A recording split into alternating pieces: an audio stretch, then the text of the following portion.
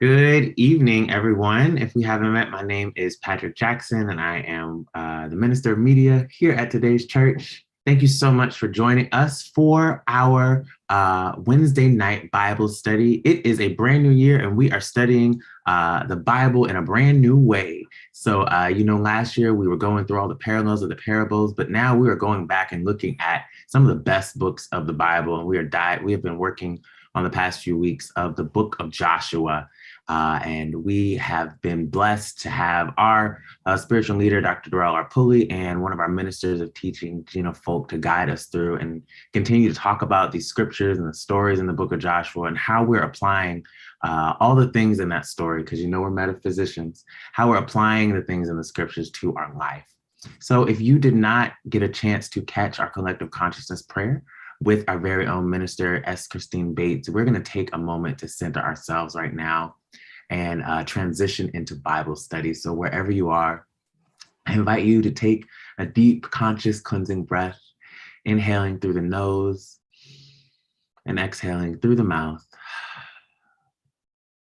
And as you continue to breathe, just letting whatever has happened earlier in the day from work, from school, from family to dissipate and just be present here virtually with us.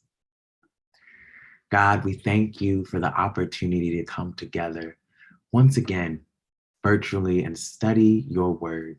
We know that this word is a living text, and as metaphysicians, students of truth, kingdom citizens, we look for the lessons in these words that we can apply to our life.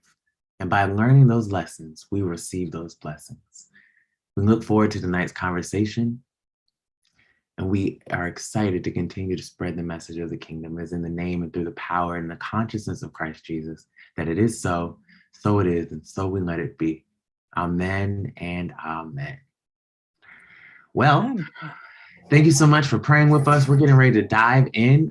This is the time at the top of Bible study for you to tag somebody on Facebook. We are broadcasting to our Facebook channel, Today's Church Tampa Bay, as well as our YouTube channel, Today's Church, Tampa Bay. So go ahead and tag someone, share that link. We would love for you to be a part of that conversation virtually on social media, or you can join us right here in the Zoom room. Just type in the meeting ID 375-007-212, and that passcode is 5107. If not, you can just stay there on Facebook and YouTube. Type in those comments. We'll be reading them throughout Bible study. But other than that, I'm going to pass it on to Minister Gina. Good evening. Awesome. Good evening. Hey, everybody here with us, and those of you joining us either live on streaming or if you're watching this after the fact, welcome, welcome. I am so grateful that Overseer Sam taught last week. I'm sure that was a great conversation. I'm sure he is extremely, I have not had a chance to look at it. I'm fresh off returning back from the beautiful country of Costa Rica. It's absolutely spectacular. So if you haven't had an opportunity, it's definitely well worth traveling there. The people are beautiful. They have a saying called Pura Vida, which means simple life, and everybody is so happy. It doesn't matter. I mean, I just heard some beautiful stories, and it's interesting. I just want to take a moment, because while we've had COVID over here, we had basically, and there were a lot of lives impacted, and there was a lot of shutdowns, and there was a lot of those kind of things that happened, but we kind of rebounded fairly quickly. But we didn't understand that until we were in Costa Rica, and that whole country shut down and their whole sustenance shut down. And we had a lovely tour guide that was talking, and the government doesn't have money like we have money. So you had so many people's lives that were impacted. They went from making a decent living to zero living in a short period of time. But they were resourceful. Like, she was a tour guide, and she and her husband both were tour guides, and both of their incomes were just gone within moments. And she's like, she was such a beautiful attitude. She's like, I could have sat around and cried about it, but what's the point? I went ahead and chose to start making tortillas. My husband had a motorcycle. I started selling them to people on the island. It's just like, they're so resourceful, and it's so beautiful. So I just want to really honor the fact that to me, that's a testimony that God always provides. It doesn't matter what happens, but we get so caught up in, oh my gosh, that fear. And it was beautiful to be in a culture that they really don't. I mean, everybody experiences fear, but they don't live in it very long. And so whether they know it or not, they're kind of living already the kingdom. It was quite beautiful affirmation for me. So if you haven't had a chance to visit over there, it's well worth it. They're just beautiful people. Couldn't understand a word they were saying unless they spoke English, but they're still beautiful people. So let's just dig right into tonight. We are continuing, as Minister Patrick said, the study of the book of Joshua. And tonight we're going to cover chapters 11 through 15. And for those of you that may have been tuning into Dr. Pulley's daily downloads, he's covered for this section 11, 12, and 13. So we'll kind of reference back on those. But we're going to go all the way through 15 tonight. So I'm going to, we have a small group here with us. So I think we can all have a very rich conversation about what we're learning about Joshua. I must say, I'm actually very happy to continue to be learning about Joshua in the context that we're learning, because as some of you know, when I would read the Old Testament before, there were so many like details, and I was kind of like, yeah, okay, get to the point, please. And I would just skip on through. So now I'm getting to really reflect and understand all these wars and everything that sounded to me so challenging to read before. I now understand, like, they're actually just fighting all of the ites, as we hear, that we come up in our consciousness, those things that'll hold us back from getting to our promises, the promises of God. And that's how I can relate to it. So we know that when we're studying the Bible, we need to look at the literal as well, only to get the context. The literal for us in Kingdom is for us to get the context, like what was written here, what was actually happening, what was the context. So then we can say, okay, well, that was then, like Dr. Pulley always says, that was then, and this is now. And so we start in Joshua 11, picking up from this whole series where Joshua is leading them through the Jordan River. They cross the Jordan River. They're now into the promised land. And what's happening is they're reclaiming, I like to say this, they're reclaiming the land that was theirs before, all the plagues and everything else. And they're claiming the land that God has always promised them. And so, it really helps me remember that, because it's not like they're taking away something that wasn't theirs. This is their land that God previously had promised and that they had previously inhabited. So in chapter 11, we are continuing to see that Joshua's coming in and conquering these people that took over their land while they were out in the wilderness. And so there's all these wars happening, and you guys have heard me say this before. If anybody watched Game of Thrones, I feel like that's what it is. They're going and taking this territory. Now, that's a whole different context, because they're actually taking land that wasn't necessarily theirs, but they're going in and conquering these lands, because they're, in this instance, it's really helpful to understand that they're just going and following God's commands to them, because God is telling Joshua, who succeeded Moses, to continue on with what Moses was doing, go into the promised land and reclaim that land, because it's yours, and I promise that it's yours. So in this chapter, you're seeing more of the conquering, this time of let's see, he's conquering the territories in the north and the south, and you get all of these kings that are starting to try to form armies. And what are some of the descriptions of the armies that were described in chapter 11? What are some of the descriptions of the size of the armies that were being formed? Does anybody remember? If you don't, it's okay. So he said that King Hazor came together to form an army as large as the sand on the seashore. So, I mean, can you imagine? We can't even count the sand on the seashore. So that is a very large army. And yet, so you can imagine being in Joshua's footsteps, like being where he is. God has promised him this land But this army is now, he's faced with this army as large as the sand on the seashore. But God gave Joshua that assurance that he would hand them all over to him, because it was his covenant. That was the covenant that he had with Moses. And so I think it's just a testimony to, no matter how big the army, no matter how big the, the issues that we face out there, when God promises something to us, it's ours. Like, we don't have to doubt it. And this is when, in the daily download, Dr. Pulley started talking about the different levels of obedience. And, the question to all of us is, how obedient are we to God and God's commands? I think this is when he was starting to talk about it. I'm looking to just make sure I'm on the right context. Yes, this is when he started talking about obedience, because this is when, Joshua had some successes, but now all these armies are forming against him because they're all trying to say, hey, we heard about his successes, but we're going to defeat him this time. So, this is when he's having to push through those barriers, those blocks, which would be those large armies, to get to the promises. And he's being completely obedient with zero hesitation whatsoever. Now, that's how it's written. Maybe he had a few little hesitations here and there, but he was very clear. He didn't struggle like Moses did. He didn't get as frustrated. He is just straight up obedient. And so I'm curious, like, how do you handle, like, how obedient are you? Where are you on the obedience scale in following what God tells you to do?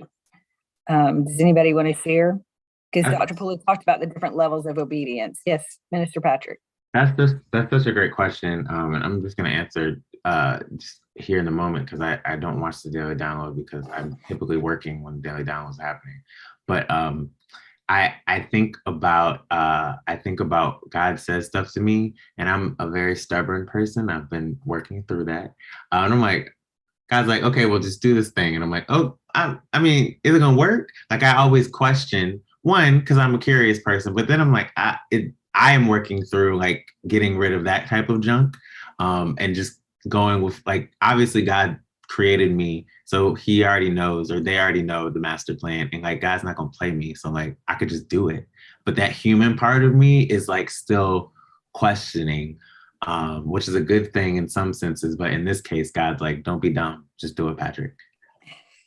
Yeah. And just so anybody that may have not caught that daily download, Dr. Pulley talked about 3 levels of obedience. So the first one is disobedience, when God tells you one thing and you do absolutely what you believe is best instead of God's request, right? So, like, God tells you to go right, and you're like, yeah, no, I'm going to go left. Those are those instances where we hear that still small voice where it's like, hey, don't go that way, take this route. And we're like, no, I take this route all the time. Why would you tell me that? And we take that route and we're stuck in traffic for, 2 hours. So there's that disobedience. And disobedience, when we disobey, it always brings quote unquote defeat. In other words, and I like to think of it as like, it either brings delay or defeat, one or the other, because every single time I disobey God, it's, something is going to take 50 times longer, or I'm not going to get to where I was trying to head.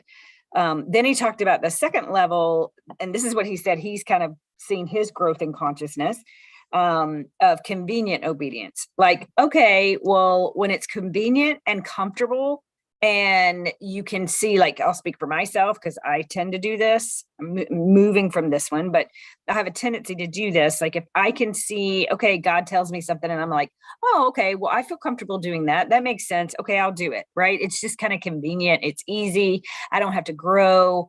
I don't have to push through any discomfort. Then I just do it. But that's really just like, I'm just kind of faking my way through that, because it's like, well, if it's easy, I'll do it. But if it's not easy, not doing it. And so that's not, certainly that's not full obedience. I mean, Joshua was straight up obedience. There was no questioning on his behalf. He was just like, God told me to do it, I'm going to do it. And then the third level that Dr. Pulley, and I think this is kind of, Patrick, what you were talking about, whereas that's logical obedience, where you hear it, but you've got your ego or your intellect, like you've got your, I don't see how that's going to happen, God. I don't know how that's going to happen. I mean, I hear what you're saying, God, but it doesn't really make sense. And you just get in this debate, right? But God's not gonna like it's that debate that we're talking about there. And if we choose to continue to be in that logical obedience, if we don't follow through, like if our logical side wins, when my logical side wins and said it makes no sense and I dismiss it, then all I'm doing is delaying the promise that God has for me. And that's okay, because that's part of my process. I just need to understand that that's likely going to result in delays. So, Patrick, is that kind of the level that you were talking about? Or is it in between that convenient and the logical, or do you kind of waver between the two? I think it is a wavering. I'm leaning as I continue to grow more into that logical space. And there was definitely a time when I was just like, no, I'm not going to do it. You know, God was like, hey, ministry. And I was like, no, I'm good. No, thank you. And I've been like avoiding that for years. And then it just kept coming around. And now I finally have been like, okay, here I am. And there's still moments where I will like actually be in physical church and like in the process of ministry. And like, God would be like, do this thing. And I'm like, are you sure? And God's like, why do you keep asking these questions? Just do it. Uh-huh. Yeah. Anyone else? Minister Christine, what you got? I'm sure you got something. I've been on the planet 51 years. I have experienced every level of obedience in my walk with God. I remember very clearly asking a former spiritual leader, how do I know that I'm in the will of God? How do I know when I've obeyed God? And the answer was the results. And that stuck with me. The results. I know that I have obeyed God because the results show themselves. And so moving from wondering what it looked like to, okay, deciding, am I going to do it? Am I not going to do it? And the only reason why I would not obey God is out of abject fear. I was raised, I was a very obedient child. I was a very, very, very, because I was scared. I was obedient because I was scared. And so I had to grow even from that, because even with our own children, we want them to have a sense of independence. So they may have to stumble along the way. We want reverence, not fear. So for me, I've had a very colorful life in obedience to God, and it continues to evolve. I can't say that I feel that I am growing in that area and moving towards the, I guess, logical. I am getting a middle schooler ready in the morning these days, so I'll have to go back and get the replay. So I have to really study what those levels are. But in terms of that logical, I have to go back to the truth. God loves me, Patrick. God is not going to play me. This has to work out for my good. So I will go through the checklist, like, go back to the truth, go back to principle. So I am moving towards that instant obedience. Instant obedience. Yeah. By the way, logical, each of those levels, the disobedient and the convenient and the logical, are, that human side of us, because our spirit side, when our soul is aligned with our spirit, we do it like we're Joshua. We just do it. No questions asked. Right. Without even knowing that. Okay. That's good. Yeah. I'll definitely do the replay on that. So that's yeah. Colette. I was going to say that, like Christine, I was a very obedient child. And some of it was fear. So I do very well at doing as I'm told. I'm kind of I think I have employee mentality, not necessarily leadership mentality, and which can be a good thing. But where I struggle is if it's a specific thing that I'm struggling with, because I can hear God and I'm like, that's it. I'm not going to do it that way. And I have this one particular area and it's the same over and over and over. So I'm really working with that. But I do hear him now go, don't do that. Don't do that. So I'm working with that. Most areas I do fairly well, but not that one. Isn't it beautiful that God just, I don't know if it's beautiful or not, but I'll say it's beautiful that God just continues to give us allows us to keep repeating our cycle if we need to repeat it until we get it. And it's just letting us gives us the grace to discover that piece of us, however long it takes. But we keep getting it. I keep thinking keep thinking it'll go away. But it's like, really? It's not going away? Why? And then it starts getting amplified. So I have a few of those I'm dealing with right now. Cheryl, Deacon Cheryl, any insights from you?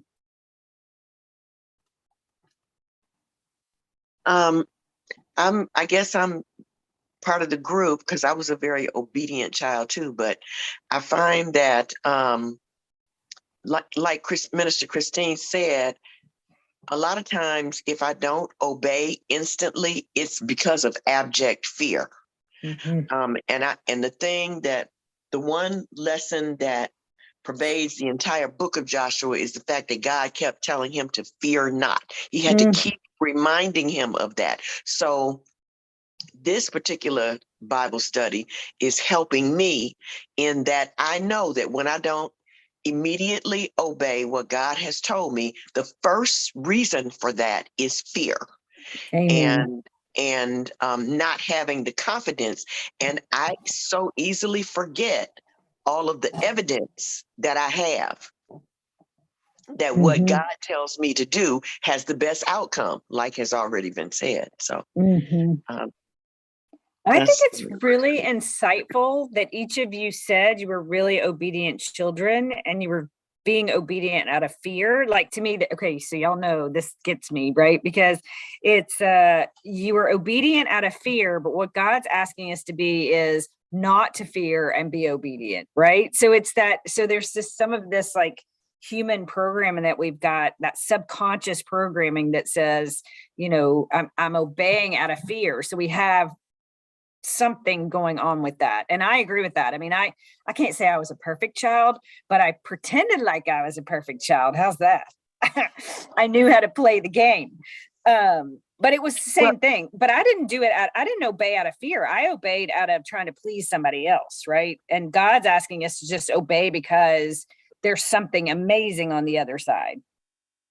I just want to add, though, that's a good point that you made, because in the church, obedience is taught with fear. Mm-hmm. Let me just say, in my church experience, I don't know about everybody else, but obedience is taught with fear. And so there is some structured, learned information that has to be dug up and dug out to be able to come to full acceptance of the fact that we can be obedient and it does not call for fear. Mm-hmm. That fear is not mandatory for the obedience. Mm-hmm. And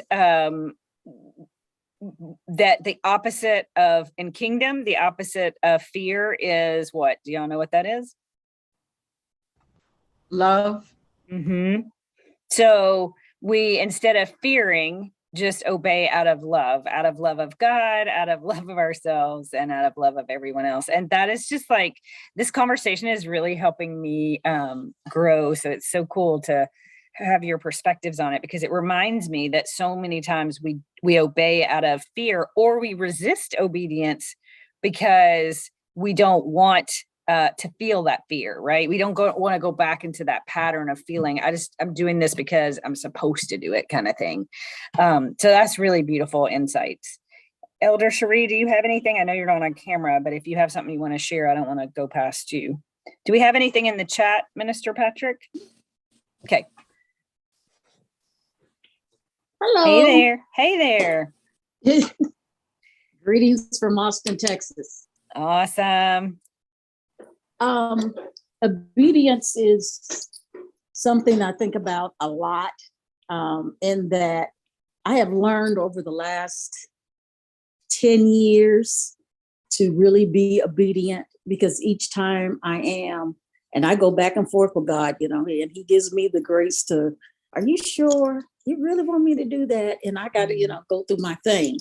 And then I feel God just being very patient, like, okay, should be finished in a minute.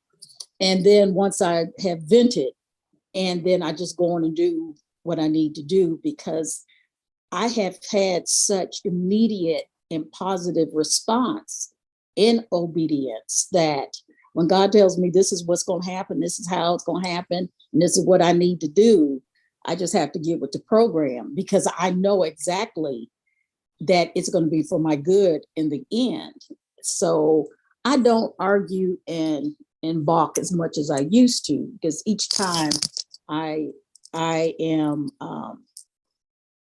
I go forward with whatever the calling is to do, that I really see it's always for my good. Mm-hmm. And it's always bigger and better than I ever imagined in the first place. So, why not get with the program instead of procrastinating, which I'm real good at. But in this instance, when I hear a very clear message, yeah, okay. Well, now what you want me to do? All right, let's do it. Yeah. And, it's interesting. It just reminds me, you were talking about the trust. It's like, if we really use that context of love, one of the tenets of that 1 Corinthians 13 love is love always trusts. So when we're not trusting, whatever it is that we're hearing for whatever reason, then that is fear. So it's just really cool to be able to put that into some context. Mm-hmm. Anything else on Joshua 11? Any other nuggets anybody had from that chapter? Yeah, I think just the lessons, no matter how powerful the so-called enemies look, God's always protecting you from harm, especially if whatever it is came from God. Whatever it is you're encountering or you're trying to achieve, if it came from God and you discern that it's for the glory of God, then God's going to always protect you. If it's not for the glory of God, then you're going to have to do your deal. because there's sometimes when we're egoing, I mean, God still protects us, but the promises are much better when we really listen and tap in. So then we'll move on to 12, and in 12, this is really starting to list all of the different territories that Joshua and the Israelites covered. It's interesting because Moses and the Israelites, when Moses was doing it, they conquered 2 kings and their territories. And this gives you the context. Joshua and the Israelites conquered 31 kings and all of their territories. So, they're kind of doing an assessment of what happened, what were their successes, what was the outcome. And then we're also getting an account of how he divided the land according to the way that God promised the land to all the different tribes of Jacob. And he is, they're kind of making a listing of it. And this is when the life application of this is, let me ask a different question. How often do you go back and take a physical account or, a written account? How often do you look back on all the things that you have overcome, all the successes that you've had, and actually take time to reflect on it and write it down? How many of you are good at doing that? Because I will tell you, fess up, I'm terrible at doing that. Like, I will go through, I'm done, I'm on to the next. I rarely take time to go back and see how far I've come. Now, I have it on occasion, go back and read my journals, and I'm like, whoa, I've come a long way. But how are you at doing an account of what you've overcome and how far you've come and what are your successes? Anybody have anything to share on that one? Go ahead. Go ahead. You can share.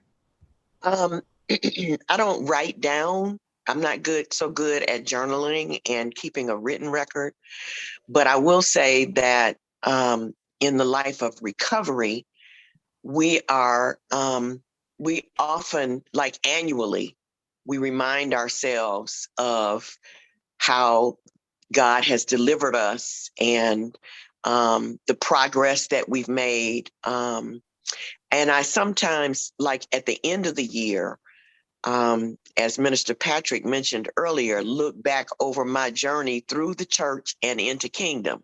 But it's not a written account. I don't do a written account. I can't say that I do. The closest I come to that is the letters that we write to God. Now, when I get those back, that helps me also to see growth and development.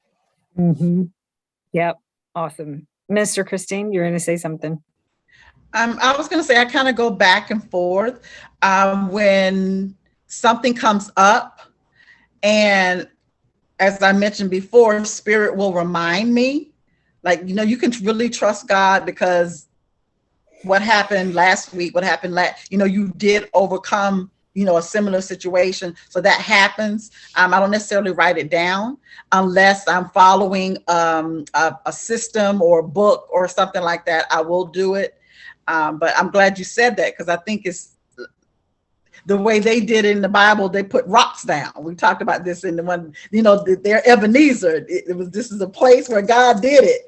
And I think with us, writing is that place. That's for me. Whenever I am looking for something and I know that I have written it down, then I go back through all those journals, and then it's really Spirit helping me in those moments to remember. So whenever I don't have that intentional way of doing it, Spirit leads me to those pages to really, wow, oh my gosh, and it's so beautiful. I love that word, because it is. It really is beautiful how I write something and I go back through the journal and say, I wrote that? Like, no, you didn't. You penned it, but the Spirit of God wrote that. Yes. And that is what you need right now in this moment. So yes. It's beautiful. Thank you. Anyone else have anybody good at Mr. Patrick, please? I was just gonna add in there, as I was like skimming through the chapter, you mentioned about like what Moses and his group had done, and then the difference and the increase of that, and even just like going back to the previous chapter about obedience, and not obviously Moses was obedience, right? Parting the Red Sea, getting the journey started, but even just in the growth of obedience and the commitment, just like the increase of that. And when we talk about like greater works and all those things, right? Like we see kind of the progression of that. I just thought that was amazing, just kind of looking at that in the story. And to answer the question, I too don't often write things down, but I often think back, like when I'm like in the midst of something, I'm like, well, Patrick, if you got through like, I went to HBCU, and financial aid at HBCUs is absolutely horrendous. So like I imagine like if I got through going to Morehouse and like all of the bull crap that I had to deal with that, then like me dealing with this little thing now, like 10, 15 years ago, 10, 15 years in the present, like I can do this, Patrick. So I always like mentally kind of go back to some other big moments and realize that like I thought that was like the end of the world, when like this is like small potatoes. Yeah, I love the point you made about the increase and how Joshua, let's be real. Moses had his human side always kind of debating, he was good in his moment. He was sometimes do what God told him, but then sometimes he's like, I don't know about this God. These people, they're driving me crazy. I don't know about this. And so I think that's a beautiful connection that you made, Patrick, to that increase, that when we are just totally obedient, lovingly obedient like Joshua was, then the increase is, well, in this case, it was 30-fold almost. So not quite, but really amazing, 15-fold. So that's a great point. Elder Cherie, you were going to say something. Yes. I too don't write anything down, but what I do often do is use testimony. And invariably, when I need to be reminded the most, a situation will arise where I need to encourage someone else. And then, I'm just the vessel and stuff starts pouring out. And, and the amazing thing about doing that and giving your testimony, it always boosts you up. You think that you're talking to someone and encouraging someone else, but it's always what you need to hear yourself or what you need to be reminded of. And so, I realized when you were talking, Gina, that I apparently have a little bit of Moses because I do go through my changes, but I do have some of Joshua too, because I know ultimately I'm going to do it. It's just let me vent for a minute. I'll be right back. And, I go through that and then it's like, okay, let's do it. Because every time that I get the results back, it blows my mind. It's like, wow, that happened. And that's what you said was going to happen. You sure you're going to go to Tampa, start a church? God, you're so funny. I don't know nothing about starting a church. 4 years later, look at today's church. And it was the week, before I got back to Tampa that everything evolved. So, there is no greater gift or no greater proof than walking into a situation and, oh, by the way, we're starting a church. I've been in Tampa for a week, less than a week. So, those kinds of things are when you got to do it. You got to do it. Amazing. And I do think I think when you were talking, Deacon Cheryl, about in recovery, you guys kind of do I don't know all the words, but what I heard or what I liken it to is kind of take an inventory of what are our successes this year? What have we overcome? How far have we come? And that kind of ties into the whole gratitude and Thanksgiving, because when we can see that, not only does it give us gratitude for what's happened, right? And we can be very happy and celebrate what's happened. It also shows and gives us that hope for the future, which is kind of what Dr. Pulley talked about. And that's such an amazing practice. Yeah. The sharing of it's sort of like a testimony, and the sharing of that testimony, like you said, is not for me when I give that account. It's for people who don't have the courage and the faith that they can do it. It's to spread a message of hope. That's what it's for. That's beautiful. That's beautiful. And I just can't believe how fast time moves in here. These are just great discussions.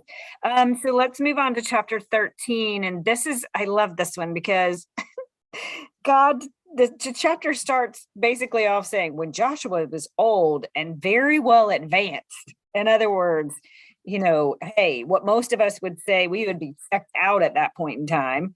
God's like, you're not done. He's like, you may be old, but you still got more to do, right?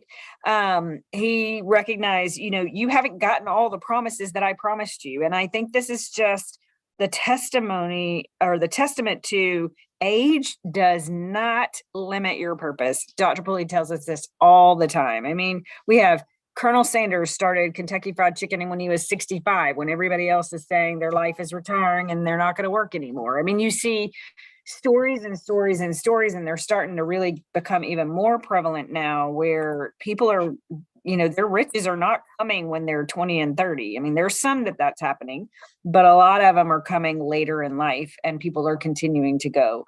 And I just think that's beautiful. That's what this whole chapter is about, because God's, he's like, nope, I promised you all of this land and you're the one to do it. So let's get going. You've got more work to do. There's more land that you need to bring up, and there's more inheritance for you. So do not think that you're getting too tired. And so I just love that encouragement that God was giving to Joshua. And that he's like, okay, you did some, but you still keep going, right? It's that kind of affirmation, like, okay, you came this, because sometimes I don't know about y'all, but I get through something and I'm like, oh, who I've arrived. I don't have anything else to do. And God's like, you have not. You need to keep going and keep growing. And I'm like, can I just not do this for a while? So I think this is also a testimony to acknowledging that, we never arrive. We get promises, but once we get a promise, I think God's like, okay, great. You're at that level. Now it's time to take you further. But it's continuing to just say, continue to pace yourself. It's not like a race. It's not like a race. You got to get it all done. And then, you're like, oh, I'm done. I can just no, then you're going to transition. Your purpose is continuing to unfold and evolve and elevate the more that time goes on. Anyone have any thoughts on chapter 13? Anything to add to that? Just one little thing that I noticed, it's this is just like our God. When he told Joshua to start dividing up the land, he started dividing up the land where some of the areas had not yet been conquered. That's just how much confidence Joshua had in God telling him, just go ahead and give it to him. I'm going to tell them that land belongs to them, and I'm going to deliver that land into their hands.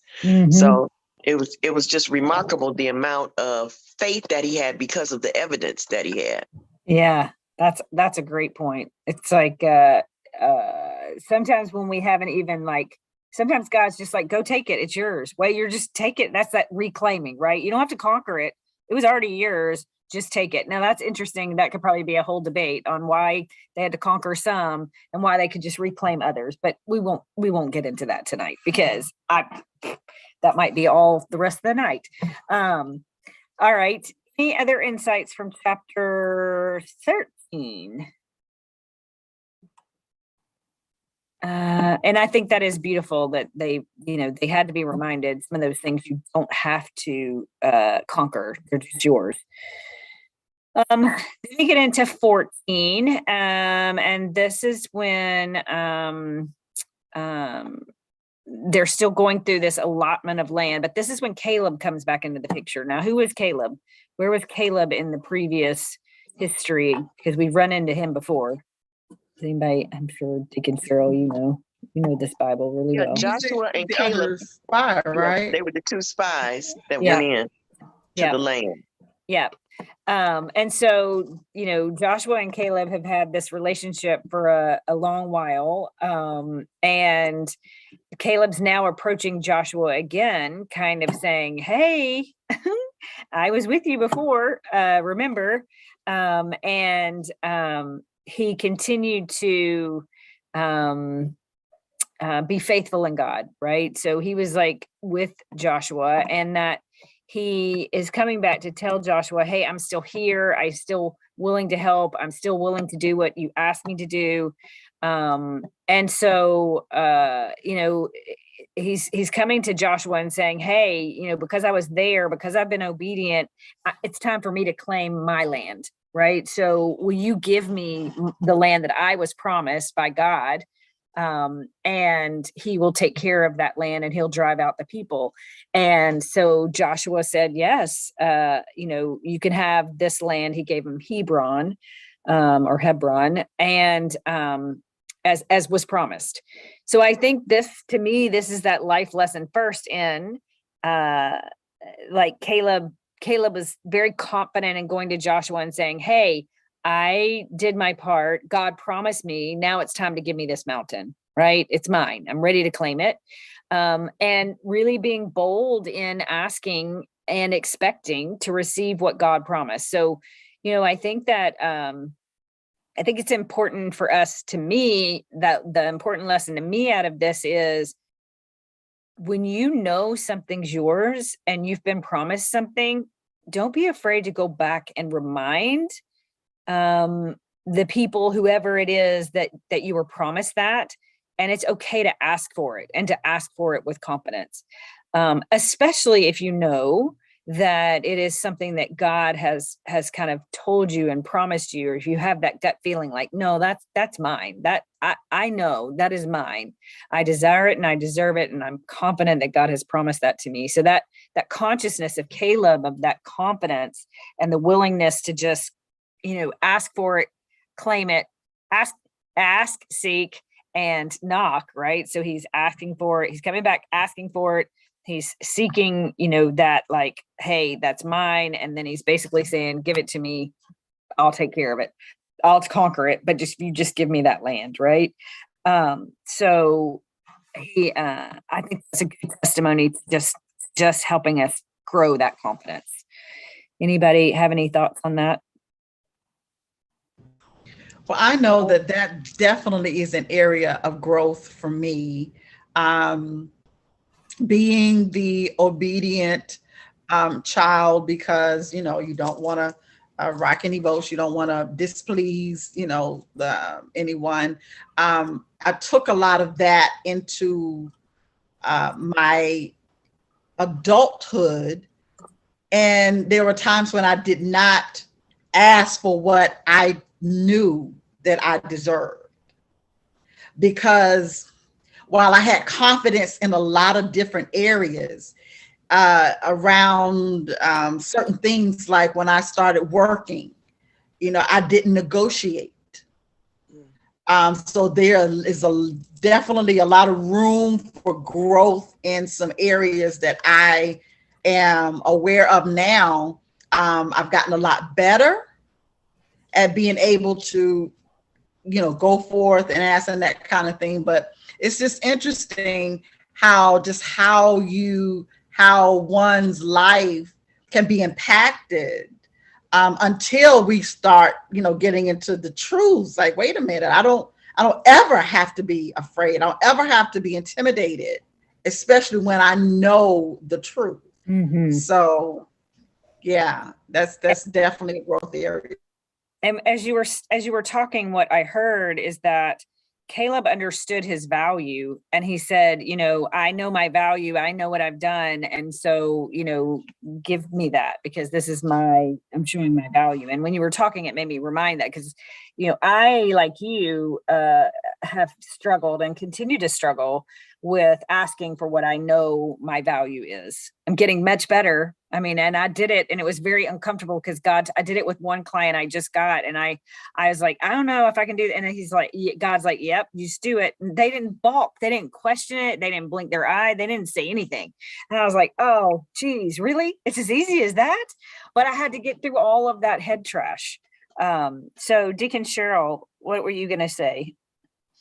I'm just astounded. Well,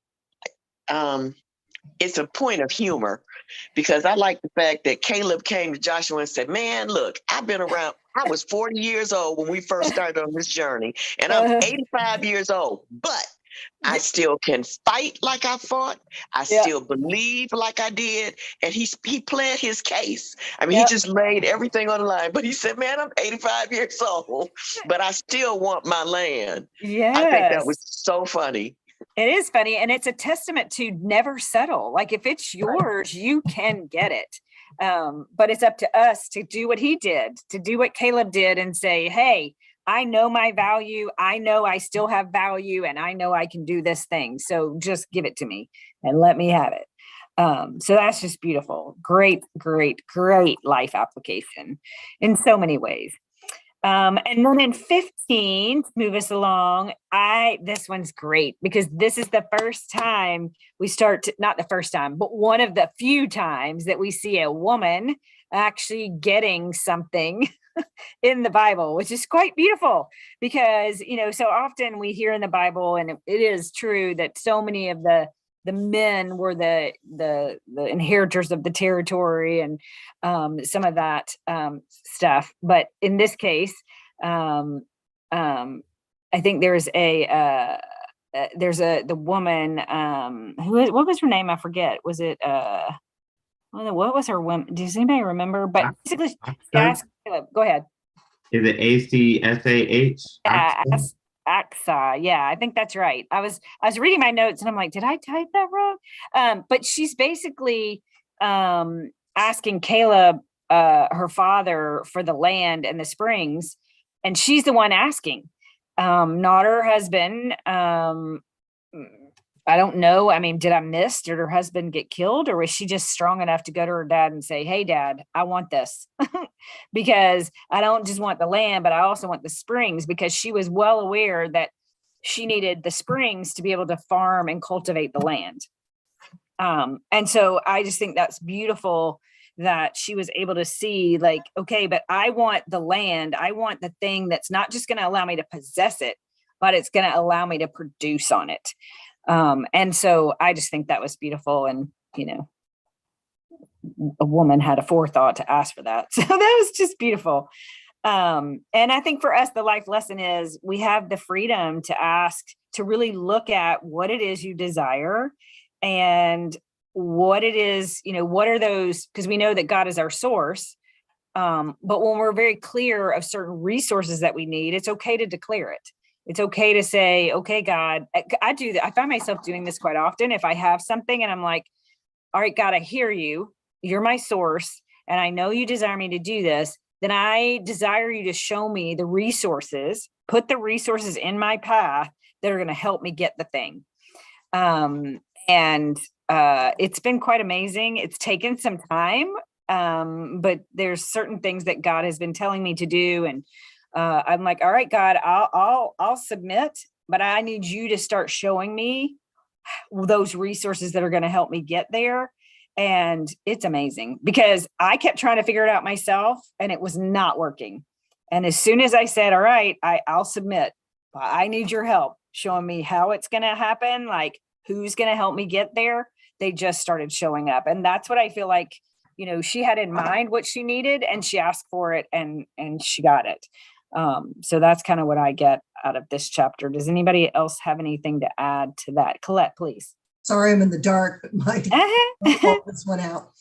I thought it was interesting that the daughter of Caleb was not afraid to ask for what she wanted. Perhaps she saw that growing up with him. But I worked for an older man one time, an attorney, and he had this saying, and it's exactly what we're talking about tonight. He said, "You don't get what you don't ask for." Oh my gosh. Yes. It's very simple. And it's true. If we don't at least try, but I love that she did that. Anyway, I just thought it was interesting that they both did the same thing. And she didn't. Go ahead. And Colette, she didn't justify or give extra she just said, literally, in this translation I'm reading, I'm from the Everyday Bible, New Century Version. It says,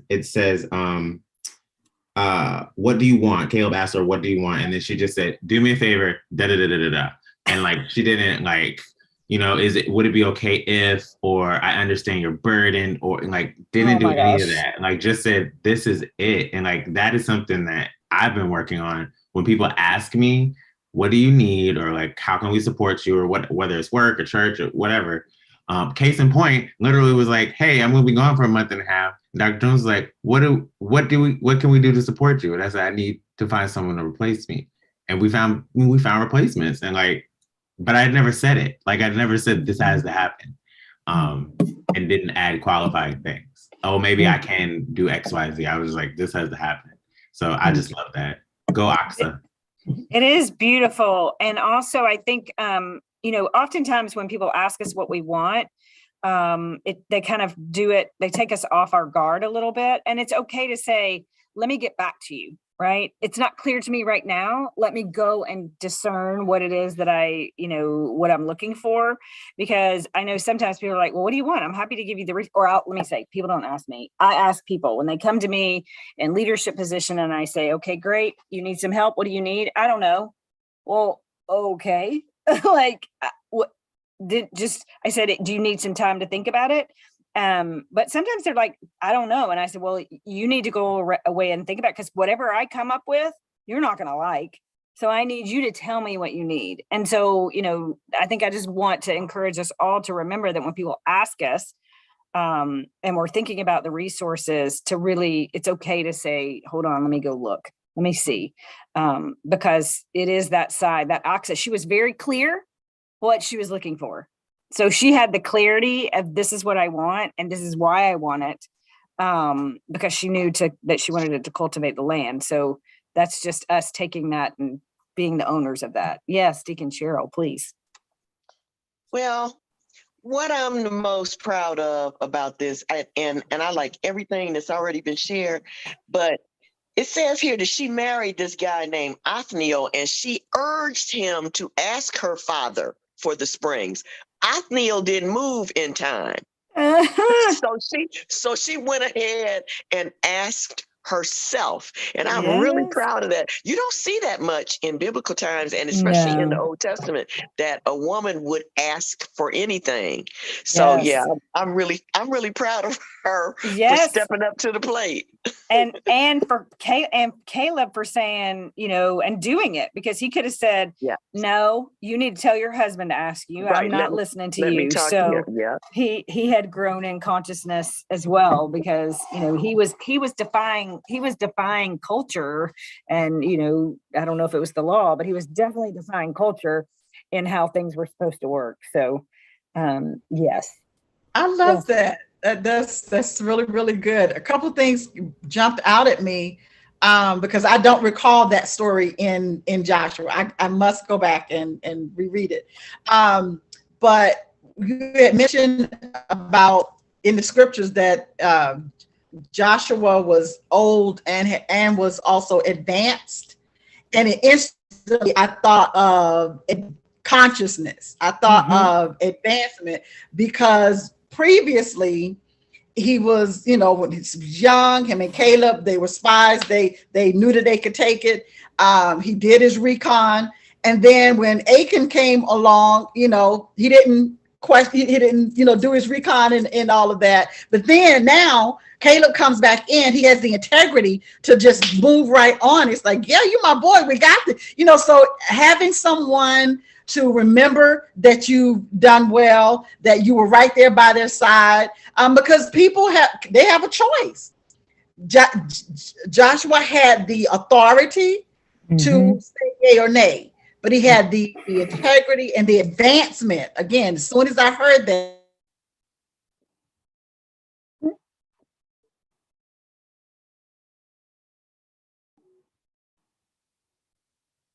we lost you, but I'm amazed that you're probably saying great stuff. I know you were saying great stuff. But we heard most of it. We just, the last little bit cut off. Well, thank you so much. That's amazing. Yeah, how empowering. What a great scripture to end the night on.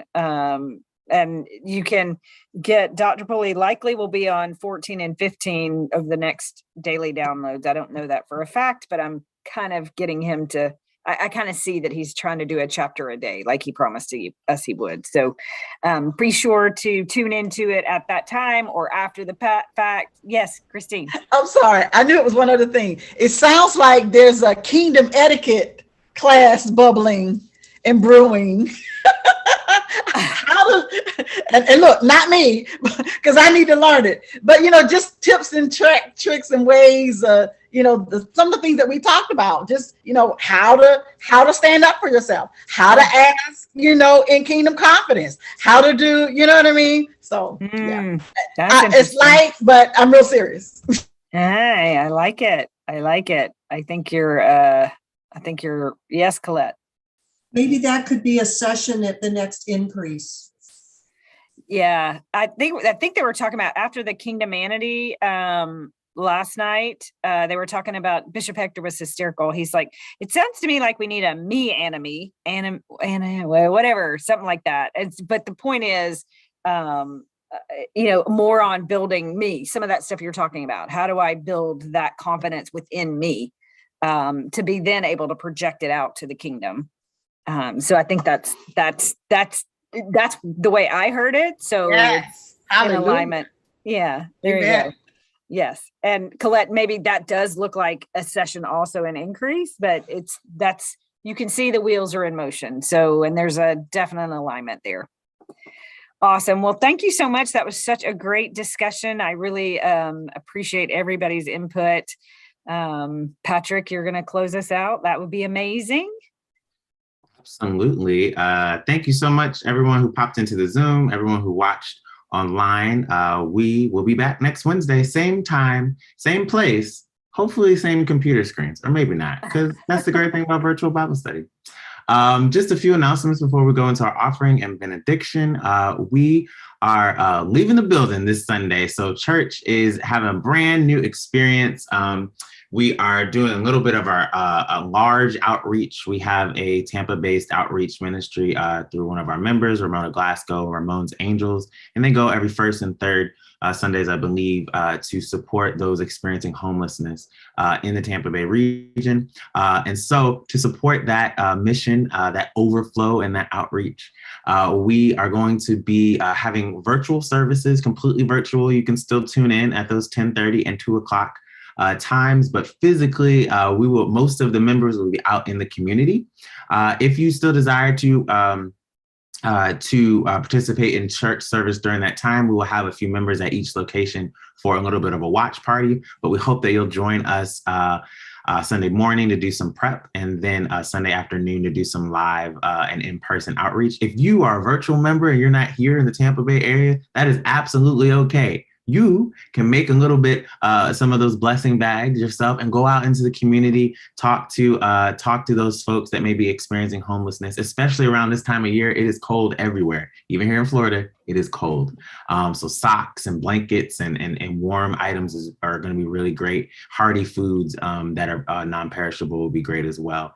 So if you are interested in supporting that, you can reach out to us at Today's Church Tampa Bay at gmail.com or davinajphd at gmail.com.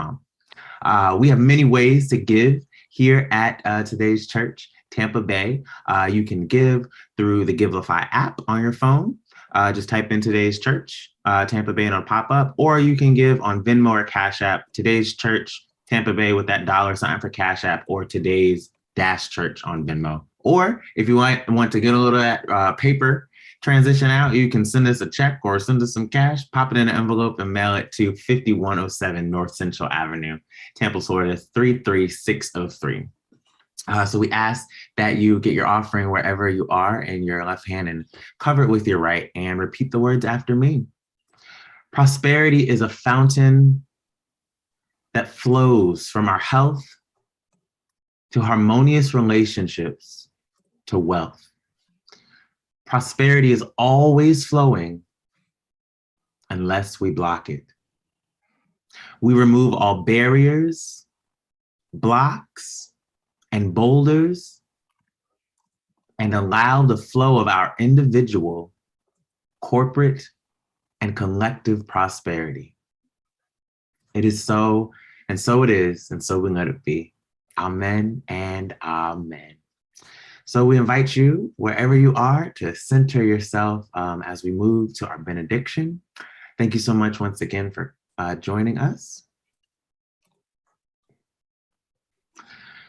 Please repeat after me. God is love. I love God. I love myself. And I am sharing this love with everyone else. It is in the name and through the power and in the consciousness of Christ Jesus that it is so, so it is, and so let it be. Amen.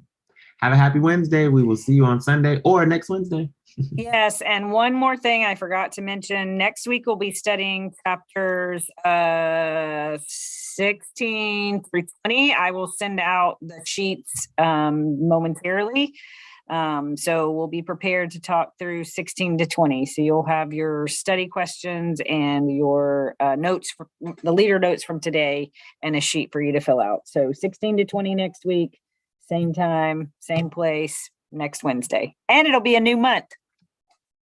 It will. This is our last one of January. We're moving into February. All right. Moving on into February. All right. Bye. Good night, everyone.